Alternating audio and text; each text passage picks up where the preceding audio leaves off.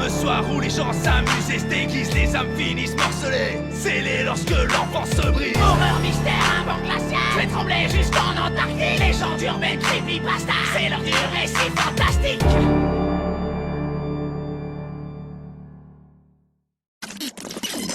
Vous avez été nombreux à réagir au début de mon histoire. Je ne m'étais pas trompé, vous êtes de vrais amateurs de l'étrange. Mais est-ce que vous me croyez, ou est-ce que vous me prenez pour un type un peu fou, partageant des écrits sympathiques pour vous divertir et vous faire frissonner un bon coup avant d'aller dormir? Après mes mésaventures en Auvergne, j'ai passé 6 mois à me demander ce que je pouvais faire. Je savais que j'avais vu beaucoup de choses banales et inintéressantes qu'il était totalement inutile de vous raconter, au risque de vous assommer d'ennui avant la fin de mes anecdotes. Mais je savais aussi que certaines des choses que j'avais pu voir n'étaient pas le fruit de mon imagination. Je savais qu'il y avait une part de vérité dans tout ceci. J'ai fini par me décider à reprendre la route, cette fois, en direction du Périgord, un endroit agréable à visiter et qui renferme un peu plus d'histoire qu'on ne peut l'imaginer. Voici pour vous quelques-unes des anecdotes les plus croustillantes concernant mes découvertes là-bas.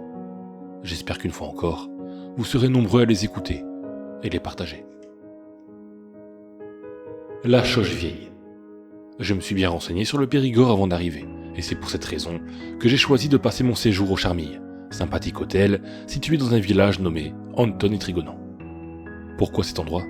Parce qu'en me renseignant sur la région, j'ai appris qu'il se trouvait là-bas un ancien prieuré, ayant pour réputation d'être maudit.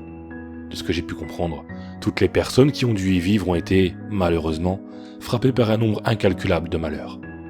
Lors de mon séjour, les habitants du village n'ont pas voulu répondre à mes questions. Ils se sont montrés méfiants, et je peux les comprendre.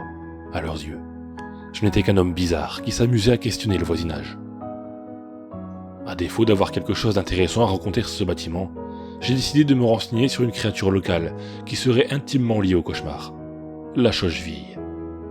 Voici une partie du tableau, La Nuit, de Ferdinand Hodler, qui pourrait représenter cette créature de manière plus ou moins fidèle. Décrite tantôt comme une vieille femme toute de noir vêtue, tantôt comme un petit monstre velu, la Choche-Vieille serait une entité apparaissant dans les cauchemars des gens. D'après certains récits, elle aurait également la possibilité de se montrer dans la réalité.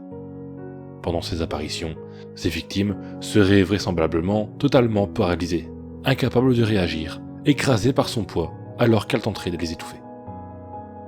En faisant des recherches, j'ai réussi à entrer en contact avec quelques personnes qui auraient pu voir la Choche-Vieille. Tous m'ont décrit une expérience ressemblant fortement à la paralysie du sommeil. Et comme le fait d'avoir des hallucinations durant ce genre de crise est courant, il est probable que cela ait donné naissance au mythe de la Choche-Vieille. Mais il y a tout de même quelque chose qui me trouble avec cette histoire. Si ce n'est qu'une légende née il y a longtemps à cause d'hallucinations provoquées par les paralysies du sommeil, comment ces personnes qui ne se connaissent même pas ont toutes pu, sans exception, décrire la même créature dans les moindres détails.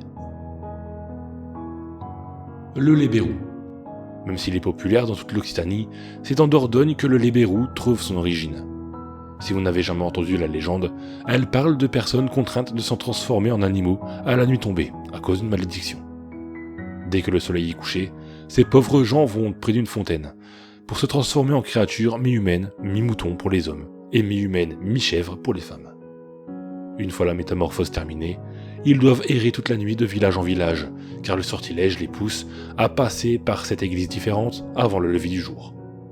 Ce rituel sans fin est censé aider ces gens à expier leurs péchés. Après avoir effectué des recherches sur le net, j'ai profité d'une pause pour dessiner moi-même le schéma de transformation de ces personnes en lébérous. Et ce n'est pas tout. Il est également dit que si l'on sort la nuit, un lébérou peut se jeter sur notre dos et s'y accrocher afin de se faire porter, comme une sorte de lutin qui s'écrase sur nos épaules pour nous jouer un mauvais tour.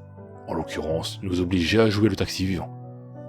Aujourd'hui, la légende est surtout transmise à l'oral par des animateurs de radio locale ou des conteurs, et c'est d'ailleurs vers l'un d'eux que je me suis tourné. Cet homme, plutôt aimable et prêt à faire découvrir le folklore local, a bien voulu m'apporter quelques précisions sur la légende, comme le fait que la fontaine de Chignaguet, située dans une ville nommée Bassillac en Aubéroche, aurait été il y a un temps assez prisée par les lébérous, dont beaucoup commençaient leur transformation là-bas. J'y suis donc allé. Après tout, si j'étais là pour chercher à comprendre les légendes du coin tout en enquêtant sur les phénomènes paranormaux, c'était également pour faire un peu de route et voyager d'un village à l'autre pour voir un peu de pays. Je n'allais pas m'arrêter en si bon chemin. Voici une photo de la fameuse fontaine de Shinage, à Bassillac et à Aubéroche. Malheureusement, aujourd'hui, elle est asséchée, ce qui fait que la nature y reprend facilement et rapidement ses droits, d'autant que personne ne vient l'entretenir. En arrivant pour rejoindre la fontaine à pied, j'ai croisé un homme sur le chemin, et il avait l'air de revenir de l'endroit vers lequel je me dirigeais. Je l'ai salué de loin, mais il n'a pas eu l'air de me remarquer. Finalement, je suis arrivé à la fontaine, et le coin m'a eu l'air suffisamment sympathique pour que je ne puisse m'empêcher de le photographier, comme vous pouvez le remarquer sur l'image. Mais en sortant mon téléphone, mes clés sont tombées, et c'est en baissant pour les ramasser que j'ai remarqué les traces. Imaginez ma surprise au moment où je me suis rendu compte qu'il s'agissait d'empreintes de sabots, et cet homme, un peu absent, que j'avais croisé sur le chemin. J'ai pensé, et j'espère toujours, avoir croisé un véritable lébérou en chair et en os, avoir vu de mes propres yeux le coin où l'un de ces êtres se transforme. Mais je n'en ai aucune preuve formelle, mis à part ces traces de sabots et cet homme que je n'ai jamais revu par la suite. Le compteur local à qui j'ai pu parler était au courant pour ma session d'urbex improvisée. Aussi, peut-être qu'il a simplement eu envie de faire une blague à un illuminé qui gagne son prestige avec les histoires qu'il raconte. Ou peut-être pas. Thérèse de Saint-Clar. Un homme, que je vais surnommer l'homme mystérieux par respect pour son anonymat, suivant ici mes aventures, m'a envoyé un mail pour me parler d'une légende qui pourrait m'intéresser. Il s'agit de celle de Thérèse de Saint-Clar, la dame du Puy-Martin. Encore une dame blanche, c'est fou comme chaque endroit possède la sienne. À l'écran, un portrait la représentant de son vivant. L'image est de mauvaise qualité, mais malgré mes nombreuses recherches, je n'ai pas pu trouver mieux. Son histoire prend place au château de Puy-Martin, situé à Sarlat-la-Canéda. D'après ce qui est dit, au VIe siècle, le château était habité par un seigneur appelé Jean de Saint-Clar. Ce dernier, bien plus âgé que son épouse, la châtelaine Thérèse de Saint-Clar, préférait partir faire la guerre pour rester sur son domaine. Mais un jour, en rentrant d'une bataille, il a retrouvé sa femme au lit, avec un autre homme. Vous vous doutez bien que c'est à ce moment que les choses ont mal tourné. Les maris jaloux étaient excessifs à l'époque, et pas qu'à l'époque. Jean a tué l'amant, et fait emmurer vivante sa femme dans la tour nord. Ah, mais rassurez-vous, dans sa grande bonté, le châtelain a fait en sorte de laisser une petite trappe dans le mur pour que les serviteurs puissent apporter des vivres à Thérèse. Celle-ci n'est donc morte qu'au bout de 16 ans d'enfermement. Et comme si ça ne suffisait pas, quand il s'est rendu compte de son décès, il n'a même pas pris la peine de lui offrir une sépulture décente. Non, il n'est pas allé récupérer son corps. Il l'a laissé sur place, là où elle était enfermée depuis si longtemps. Pas si étonnant que la pauvre hante encore les lieux, tant de siècles après. L'image de l'écran est une photographie du château de Puy-Martin, aujourd'hui réputé pour son aspect touristique. Malgré l'histoire tragique que cela renferme, il reste une belle bâtisse. Ainsi, d'après de nombreux articles que l'on peut trouver aisément sur internet, Thérèse est devenue la dame blanche de Puy-Martin. Apparemment, son fantôme pourrait être aperçu en train de rôder dans l'aile nord du château chaque soir aux alentours de minuit. Le bruit de ses pas pourrait même être entendu dans tout le bâtiment.